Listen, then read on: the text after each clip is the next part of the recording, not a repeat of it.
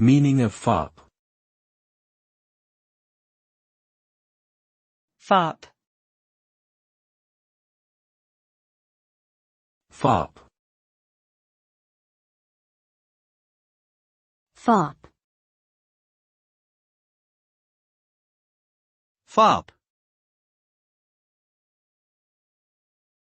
Fop is a noun that refers to a man who is excessively concerned with his appearance and fashion. Fops are often portrayed as vain, self-absorbed individuals who place great importance on their clothing and grooming. They may also be seen as superficial and lacking in substance.